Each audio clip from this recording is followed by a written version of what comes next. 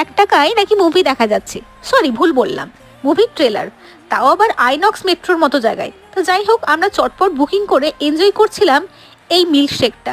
তোমরা কমেন্টসে জানিও তোমাদের কার কার কোন কোন ফ্লেভারের মিল্কশেক খুবই পছন্দ। তো নেক্সট ডে আমরা চলে গেলাম এই মেট্রো আইনক্সে।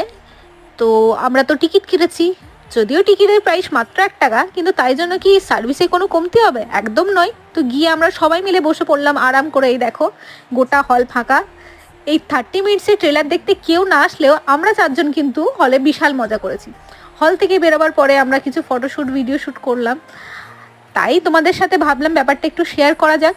তোমরা কে কে আগে জানতে সেটা আমাকে কমেন্টসে অবশ্যই জানিও, আর যারা জানতে না তারা কিন্তু এটা একবার এক্সপিরিয়েন্স করতেই পারো, বেশ মজাই লাগবে।